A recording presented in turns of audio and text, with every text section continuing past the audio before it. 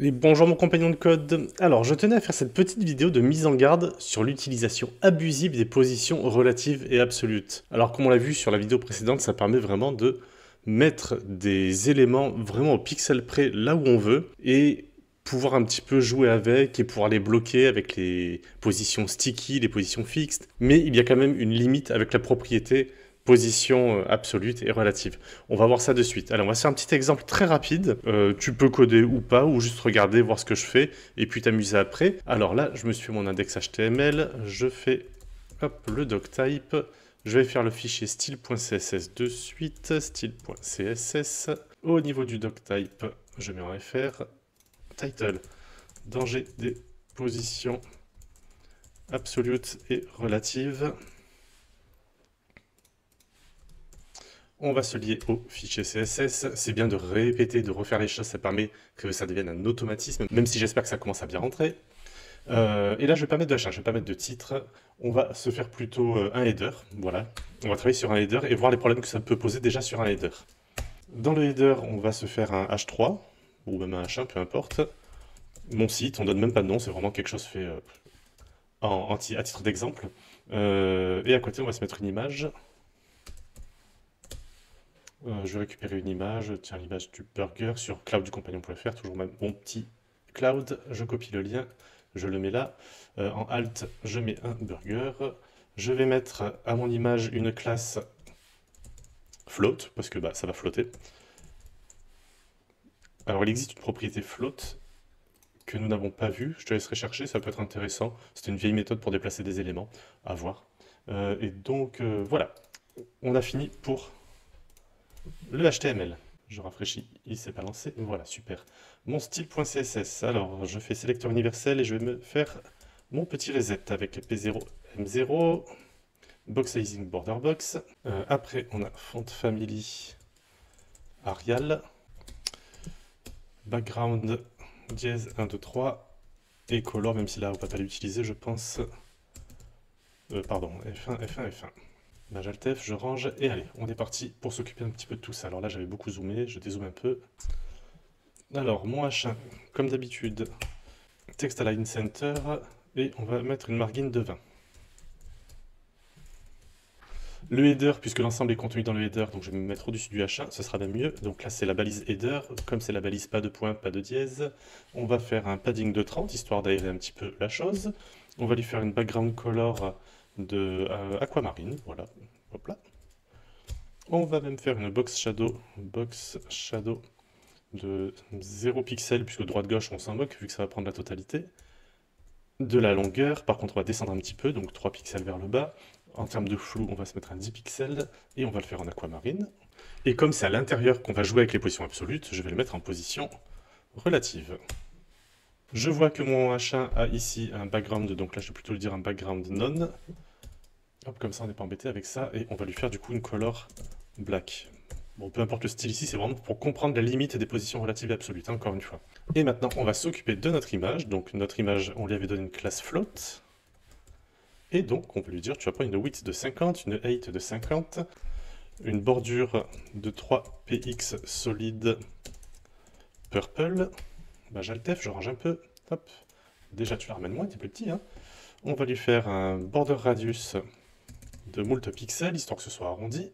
Pour s'habituer à utiliser les propriétés, on va se faire un box shadow de 2px vers le bas, 2px vers la droite, 4px de flou, et on va le faire en dièse 1, 2, 3, 4, 5, 6 et à 50%, donc 80 en hexadécimal.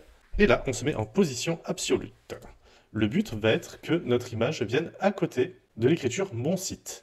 Donc là, on est sorti du flux, même le header a réduit. Regarde, si j'enlève position absolute, hop, le header va englober l'image. Mais comme je ne suis plus en position statique, ce qui est la valeur par défaut, mais en position absolue, je sors et là je vais pouvoir faire ce que je veux avec mon image. Dans l'idée, je vais vouloir être au milieu, donc je vais me mettre à un top de 50%, ça va me mettre au milieu, et après il faudra que je remonte de la moitié de la taille de mon image. Donc on est parti, je fais un top 50%, je vais être ici, c'est pile poil le milieu de mon header, je veux monter de la moitié, je fais un transform, translate Y, de moins 50, puisque moins 50% on remonte, plus 50% on descend. Maintenant, je vais vouloir venir coller mon logo à mon site ici. Alors, bah, je vais faire un left. 44%, ça donnerait quoi? C'est trop. 40%. Nickel. Voilà, j'aimerais que mon site ressemble à ça. Fantastique, j'ai réussi. Le problème, c'est que tous les écrans ne vont pas faire cette taille-là. Si j'ouvre la console de dev, hop, console de dev ouverte. Là, déjà, on a un souci parce que je suis en mode responsive, c'est-à-dire je vais pouvoir faire changer la taille de mon écran. Et là, on voit, ici, ça bloque. Alors, disons que je veux me mettre sur un écran de 768 pixels. Hop, je me mets à 768. Hop. Voilà, pour un écran de 768 pixels, là, il va falloir que je me mette un peu plus sur la gauche, donc 36%.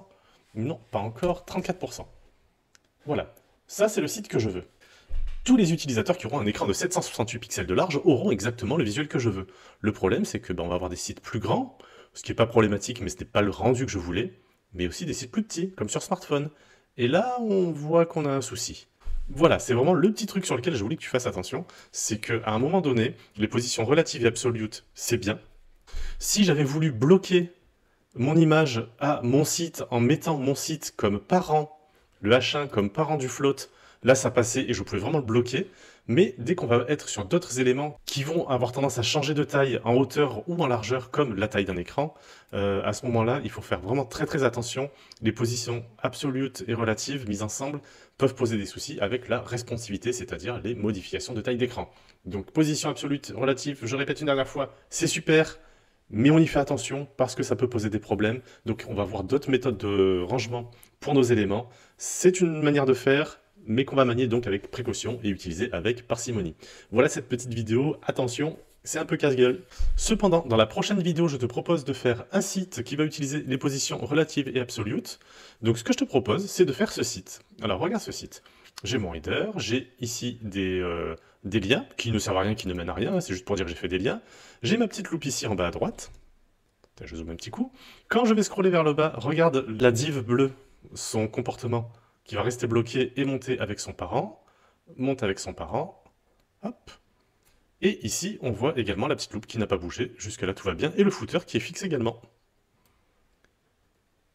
Et on voit également mon site, le header, et la barre de navigation, paf, qui reste fixe, qui va se bloquer, sticky, en haut de l'écran. Ben, essaye de faire ça, essaye de faire ce projet. Tu vois, je reste dessus tranquillement, je te laisse un petit peu observer, voir comment ça se passe.